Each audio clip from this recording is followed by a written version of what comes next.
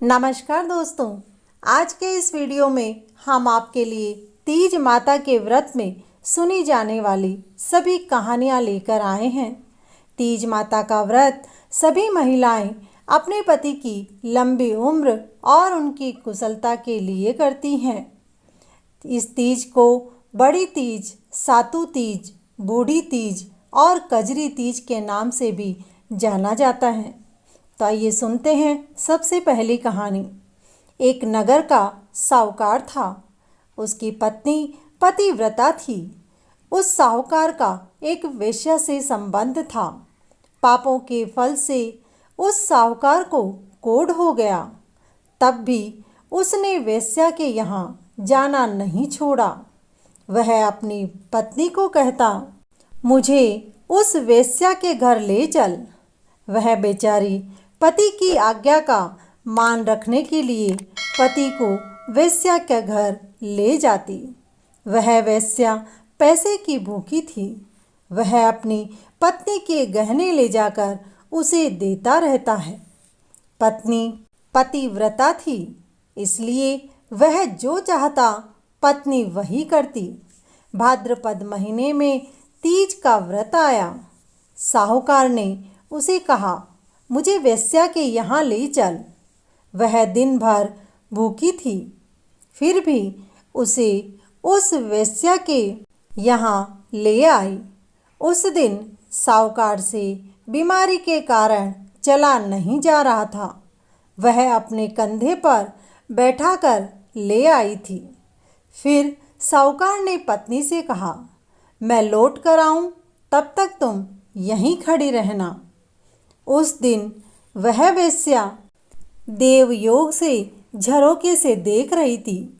उसने साहूकार से पूछा, क्या यह तुम्हारी नौकरानी है जो तुम्हें कंधे पर बैठाकर लाई थी? साहूकार ने बताया कि नहीं, वह तो मेरी पत्नी है। यह सुनकर वेश्या का मन दुख से भर गया। उसने साहूकार को समझाया कि वह वापस अपने घर लौट जाए। आज तीज का व्रत है, तुम्हारी पत्नी ने व्रत किया होगा, उसे पूजा करनी होगी। तीज माता ने वेश्या का मन बदल दिया।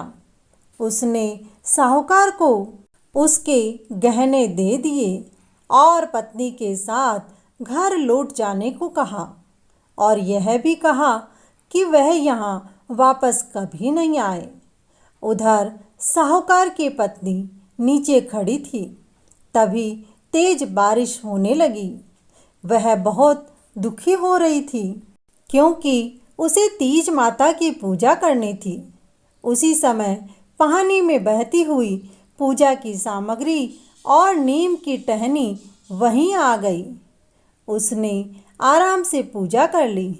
तभी चांद भी निकल आया। वह चांद को अर्घ्य देने लगी। उसी समय उसका पति भी वहां आ गया। अर्घ्य के जल के छींटे उस साहूकार पर लगे तो उसका कोढ़ भी ठीक हो गया।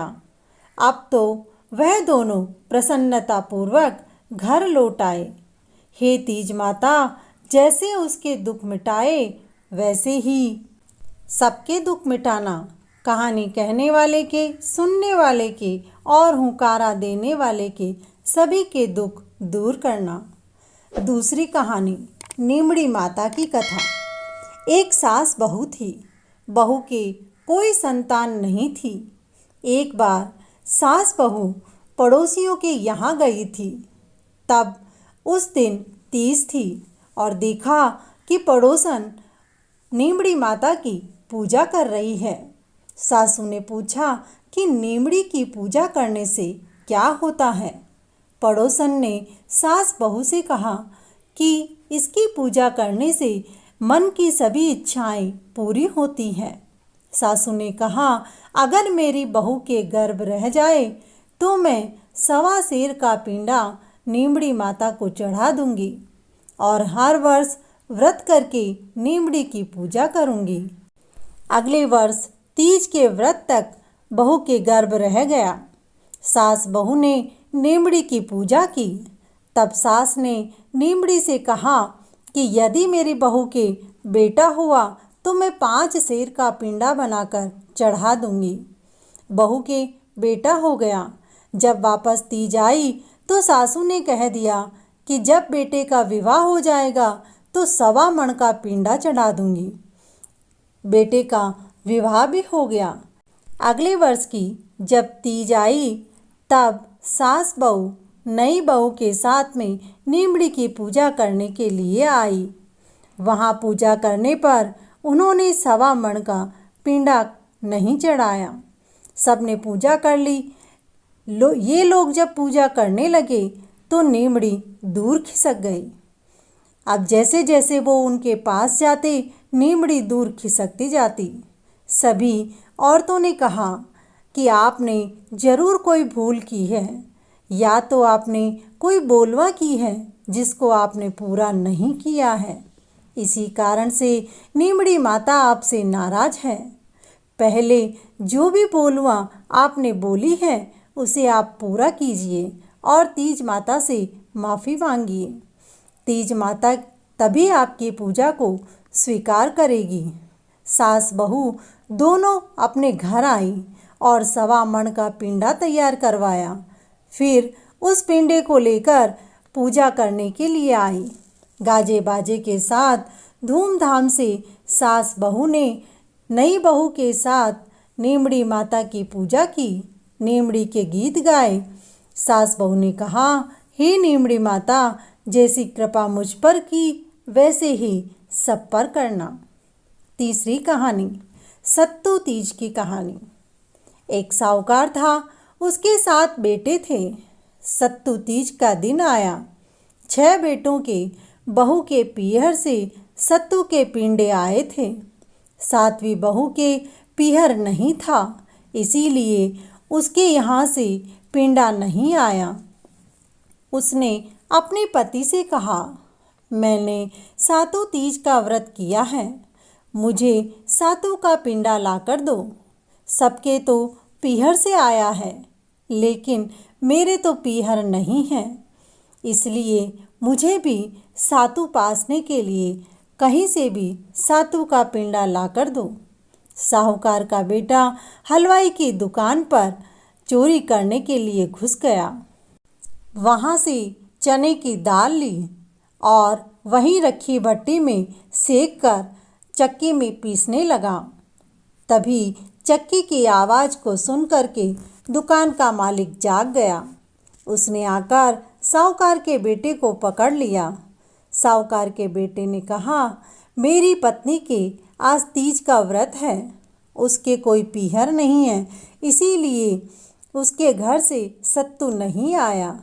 मैं अपनी पत्नी के लिए पिंडा बनाने के लिए ही थोड़ा सा पिंडे जितना सामान लेकर जा रहा हूँ, इसीलिए केवल 1.25 सेर सत्तू का पिंडा बनाकर ले जाना चाहता हूँ। दुकान के मालिक ने कहा कि तुम घर जाओ, सुबह हम पिंडा भिजवा देंगे। तुम्हारी पत्नी आज से हमारी धर्म की बेटी है। दूसरे दिन 5.25 सेर का पिंडा और कुछ कपड़े दुकान के मालिक ने साहूकार के बेटे के घर भिजवा दिए। वो कपड़े और सातू देखकर सभी जेठानियाँ जल गई, क्योंकि उनके पीहर से तो 1.25 सेर का पिंडा ही आया था और छोटी बहू के पीहर से 5.25 सेर का पिंडा और साथ में कुछ कपड़े भी आए थे। तब सासू ने अपनी सबसे छोटी बहू से कहा, बहू, तुम्हारे तो कोई पीहर है नहीं, फिर ये कपड़े और पिंडा कहाँ से आया? साहूकार की बहू ने कहा कि ये सब तो मेरे धर्म के माता पिता ने भेजा है। और इस प्रकार से कहकर उसने अपनी सास को सारी बात बताई। जैसा तीज माता ने इसको पीहर दिखाया, वैसे ही तीज माता सबको पीहर दिखाना। गणेश जी की कहानी। एक बार गणेश जी छोटे बालक के रूप में चिमटी में चावल और चम्मच में दूध लेकर निकले। वह हर किसी से कह रहे थे, कोई माई मेरे खीर बना दो, कोई माई मेरे खीर बना दो। एक बुढ़िया माई बैठी थी, उसने कहा, बेटा लाओ मैं बना देती हूँ। वह छोटा सा बर्तन चूल्हे पर चढ़ाने लगी तो गणेश जी ने कहा, दादी माँ छोटी सी भगोनी मत रखो, तुम्हारे घर में जो सबसे बड़ा बर्तन है वह रख दो। बुढ़िया ने वही बड़ा वाला बर्तन चूल्हे पर रख दिया। तब वह क्या देखती है कि वह तो थोड़े से चिमटी में चावल और 1 चम्मच दूध है। उसने जैसे ही कढ़ाई में डाला तो वह पूरा बर्तन खीर से भर गया। गणेश जी ने कहा, दादी माँ आप खीर बनाओ, मैं नहाकर आता हूँ। खीर तैयार हो गई तो बुढ़िया के पोते पोती खीर खाने के लिए रोने लगे। बुढ़िया ने कहा, पहले गणेश जी को भोग लगाना है, फिर हम सब खाएंगे। यह कहकर उसने चूल्हे की अग्नि में भोग लगा दिया और थोड़ी सी खीर डाल दी। फिर कटोरा भरकर बच्चों को दे दिया। पड़ोसन पास से देख रही थी। बुढ़िया ने सोचा कि पड़ोसन चुगली कर देगी, इसलिए उसने कटोरा भरकर खीर पड़ोसन को भी दे दी। बेटे की बहू ने चुपके से एक कटोरा खीर उठाया और एक दरवाजे के पीछे जाकर खड़ी हो गई।